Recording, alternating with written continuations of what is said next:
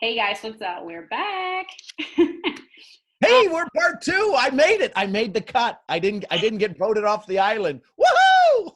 You definitely didn't. I'm super, super excited. We're back with the second part with my amazing mentor, Sean.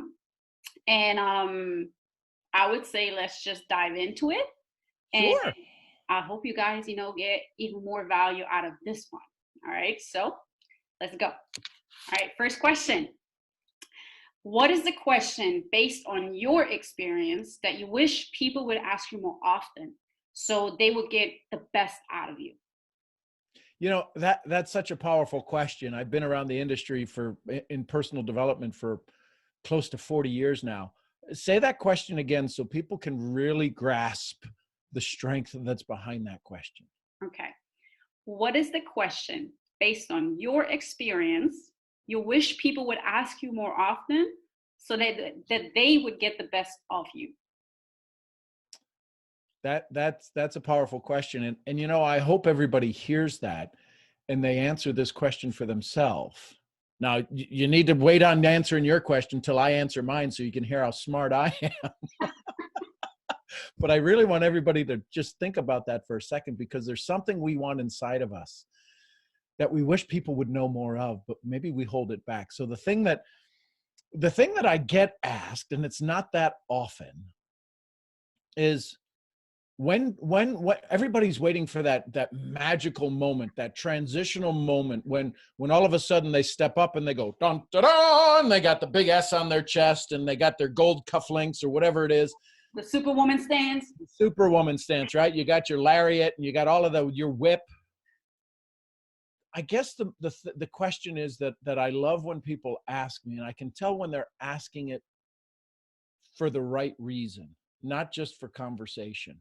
And it's that question of, when did it start?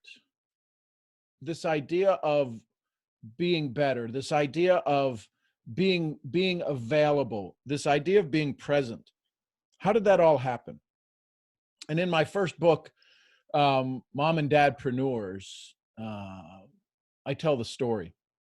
Okay. And I hadn't told it before that moment. A couple of people knew, but it was the day that my brother was outed, came out of the closet. But he was ripped out of the closet, dragged out of the closet by a buddy of his he brought home from school. And he said, "Aren't you going to tell your mom you're gay?" And that, in an Irish Catholic family, my mother probably was Russian Jew, we're pretty sure, a very cultural, strong. We were the family that sat in the front row of the church. I mean, you just and this is the namesake, right? That's a time where when parents name the first child their father's name. Okay. So my dad was just as calm as a cucumber, and he didn't even. I don't remember. It was such a horrific weekend. I don't remember my dad ever losing his stuff, but my mom sure did. She was throwing his stuff out, everything else. I made a decision in that day to never have another bad day. And I've been working on it since I'm 14 years old. And every day I choose to not have a bad day. Now, I'm not perfect by any stretch of the imagination. And I don't have all of the education. I barely made it through high school. I don't have all of the reasons why that was. I just knew in that moment I couldn't stand to feel this way. So if people would ask me, what was the start for you? That was the start. And I want them to grasp it, because everybody, even you, the listener right now, has been through one of those moments. You just don't think it's that big of a moment because you're comparing it to mine or to somebody else's. But you've had that moment. You've just decided to put it back on the shelf going, well, that wasn't strong enough for me. Or maybe you've been blessed to live in a household where you didn't have a struggle and you're thinking, well, I need to have some kind of disaster in my life to win. You don't. You don't. But I'm sure most of us have a struggle. Could be a boyfriend that broke up with us, a girlfriend. Could be somebody, we found out somebody who was supposedly real close to us told us or was telling stories about us behind our back. We all have a story that we can make. It's the day you've had enough is what it comes down to. So that was the moment for me. So if people ask me the question, when's the day you've had enough? Some people, it's the day that's given to them. They have a heart attack and they decide to become healthy all of a sudden. They become these reformed health addicts. But then there's the time where the little granddaughter grabs grandpa's leg, who's smoking 4 packs of cigarettes a day, and looks up at him and says, "Papa, don't die." In that moment, he puts down the cigarette and has his last one and never has another one. Yeah. So the question I would love for people to ask me more, when's the day you've had enough? Do you remember that day? And then I would tell them that story I just shared with you. That's powerful. And I definitely have to ask myself that question.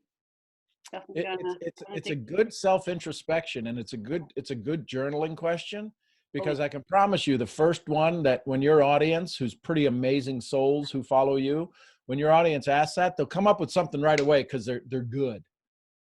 But I'm going to ask you to dig a little deeper, because that may be the thing that's hiding the story.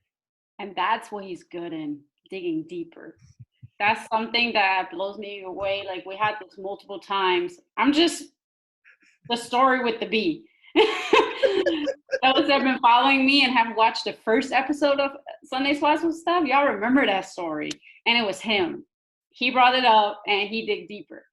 Like, I'm impressed by the gift that he has. And I told him yesterday that I wanna be able, like, when I grow up, I wanna be able to have, even if it's just half of the gift that he has. Like, to me, it's mind blowing. So I'm grateful for that. Thank you. Thank you for sharing that story. You bet. So, I have one more question, which is also more answers. You can pick which one works best. Okay. It's also broken down in 2 parts, similar to, the first question that we had in the first segment. So, what's one advice you would give your younger self, or your teenage self, however you want to look at it? What's one advice? Be more present. Mm-hmm. Be more present when you're growing up and you're a high school kid and you don't come from a huge wealthy background, and you're in a school where, kids are flying to school on their own family's private jets and stuff. I mean, again, I grew up on a farm. We didn't do bad. Trust me, my dad was wildly successful, but this was a whole nother level of success. So be more present. The thing that I was able to do in school that allowed me to pass it was to create deep relationships. I'm sure there's a lot more I could have created.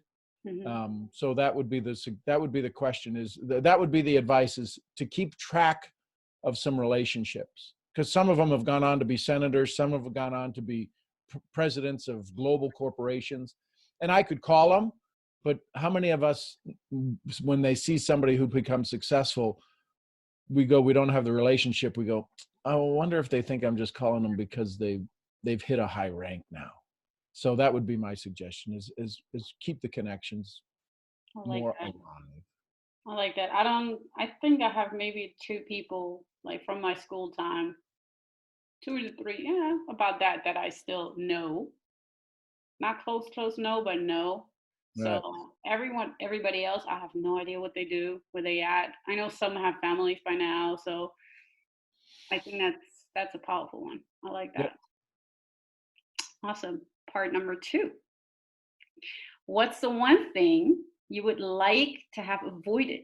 The one thing that didn't serve you well, and that you would love to tell your teenage self, your younger self, avoid that so we can get where I'm at now, we get there faster. This is going to sound funny. I hope everybody doesn't laugh. I'm glad I can't see them in the audience. Don't be afraid of girls. I'm going to laugh for everybody because that's cute. And I'm curious to hear the story behind that. Well, I didn't have my first date till I was a senior in high school. Okay. So not that I missed out on anything, but there was a whole segment of life where I had so much self-doubt. And even today, I mean, I'm very sure in my shoes. Mm-hmm. I can have a wildly amazing conversation with beautiful women, but if they ever wanted to come on to me, or I mean, I've got buddies who go, she was hitting on you. I go, what do you mean hitting on me? What does that even mean? So I'm so naive, and I've been married for 20 years now, blessed with my bride, Noah, for 22 years. My point was back then, I missed out on a lot of opportunities to just have experiences. I lived in Puerto Rico for 7 years. I never went out on a date. I mean, I was the chocolate in the vanilla candy, right? Because everybody's Latino and I'm this gringo, right, who speaks Spanish at the time, pretty good. And I just People does. and people would, all these women would be, and thank goodness I had all of these female salespeople who were part of my company down there, and they go, "You don't see them hitting on you?" I go, "I have no idea what you're even talking about." So I would give myself, because it probably would have helped my self-esteem a little. But yeah, that would be that. I know that sounds crazy. It's just don't be afraid of It's girls. interesting because that's something I definitely didn't expect. It's just it's funny. I still get, because again, growing up in a very strong, religious, very family, my mother would say, "You better not, don't bring home any idiots." We all had to learn at some point that parents, a lot of time, know best That when it yeah, comes to the people we bring home.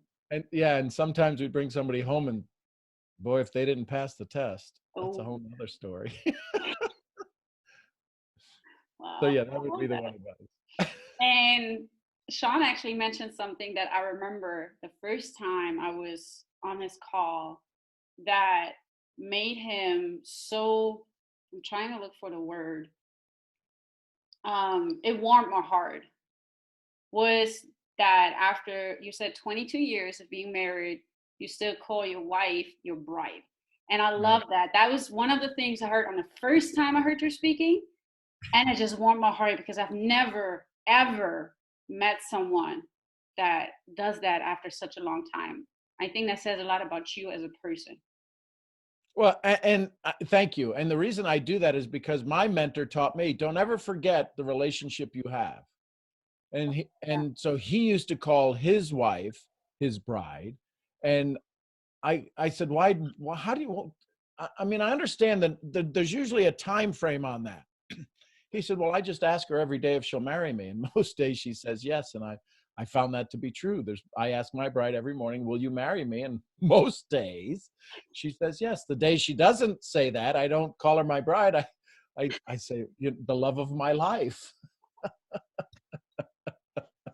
Because there are days I'm an idiot. If anybody watches our morning calls, when my bride comes in and kisses me she goes to work and I get to stay here. She goes, don't forget to feed the dog and pick up the crap in the backyard. So I'm not this guru. I'm this just a normal everyday guy who's got to feed the dogs and pick up the crap in the backyard. I get to do that.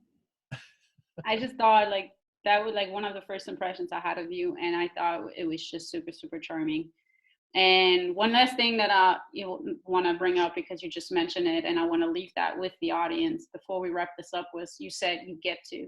And that's one thing that I learned from you is that most of the times, and I'm working on it myself, most of the times we say things, I have to do this, I have to do that. And one thing that I've learned is have to is a cure. How do you say that? Chore is a chore. Chore, and have to is a chore and get to is a privilege. That's something that he taught me, and it was super, super powerful. It left an impact on me, and I just thought of it when you said that. Yeah, and that's all any conversation is to remind us of what we already know. Yeah. See, I can't teach. Steph isn't teaching. You can go to any place in social media, any YouTube channel. You're going to hear stuff you're never going to be taught. You're going to remember. And Mm. that's what these conversations we're doing here. We're remembering. This is a perfect real life example of remembering things we already know that we've forgotten that work better than average. Right now, there's something you got triggered as you're listening to this amazing audience member that you triggered and you go, oh, that's right. You know what? I learned that before. Everything we got's borrowed. Everything. There's been very few original thoughts, but what has been new is the way you take these thoughts and conversations and put them to work for you. That's what Steph wants. That's all I want, is take this information. You don't have to mimic this out. Mimic out what makes sense to you. Go tell your story. Thanks for inviting me, Steph. Thanks for coming on. I'm honored, and it's definitely a privilege to call you my friend, call you my mentor, and knowing how much you have going on for you to take the time to do this, to share this value that you give us on a daily basis, with others. So thank you so, so much. Also for being the first guest. Yay! It had to be. You were the I reason told my mom I'd be number one sometime. It's taken 54 years. Thank you, Steph. I had to find somebody in Germany who thought I was number one. It had to be. You're the reason that I started this in the first place. Yeah, I'm either the reason or the pain, one or the other, and it varies day to day. Yeah. No comment, please. No. All right, guys. So with that being said, we're done for today. Okay. Just wait and see who else is gonna come on in the next couple of weeks, and enjoy the rest of your day. Thank you for watching. Thank you for supporting.